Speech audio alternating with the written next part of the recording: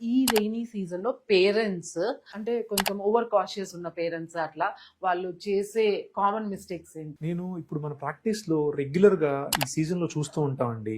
First most common ఏం చేస్తారంటే, kid కి ఏదన్నా కాఫ్, కోల్డ్, ఫీవర్ కనపడిందంటే వెంటనే స్టార్ట్ యాంటీబయాటిక్. అసలు ఇంక వేరే క్వశ్చన్ వద్దు, ఫస్ట్ డే 1 యాంటీబయాటిక్ స్టార్ట్ చేస్తారు. అది బిగ్గెస్ట్ మిస్టేక్ అండి. ఒకటి మిస్టేక్ నెంబర్ 2. సెకండ్ వచ్చేసి, ఏదైనా ఆ ప్రాబ్లం ఉన్నప్పుడు దాన్ని డయాగ్నోసిస్ కోసం అంటే దానికి కారణం ఏంటో కనుక్కోకుండా డిలే చేయటం, ఎర్లీగా మెడికల్ రివ్యూ తీసుకోకపోవడం second mistake. Third mistake, friends, relatives, chat GPT, online ఈ అడ్వైస్ తీసుకోవడం. ఈ అడ్వైస్ తీసుకొని బ్లైండ్ గా వాళ్ళది ఫాలో అవటం వెరీ వెరీ డేంజరస్ అండి. ఎస్పెషల్లీ కిడ్స్ కి ఈ ఆయుర్వేదిక్ అని ఏదైనా జ్యూస్ చెప్పారని చెప్పి కొంచెం కషాయం తయారు చేసి కిడ్స్ కు పోయిస్తూ ఉంటాం కూడా చూసాం మనం. ఇది థర్డ్ మోస్ట్ కామన్ మిస్టేక్ అండి. ఈ 3 మోర్ కామన్ మిస్టేక్స్ అనేవి చాలా చాలా చూస్తున్నాం. ఎందుకు చెప్తున్నానంటే, ఒక సింపుల్ లైన్ మీరు గుర్తుంచుకోవాల్సింది ఏంటంటే, right diagnosis is better than the wrong antibiotic. గుర్తుంచుకోవాలి. అలా కాకుండా మీకు డయాగ్నోసిస్ మనం అచీవ్ చేస్తే మీరు ఆ తర్వాత ఆ కండిషన్ కి యాంటీబయాటిక్ అవసరం లేకపోవచ్చు, అది అసలు ఇవ్వటమే అన్నెసరీ. సో అలాంటప్పుడు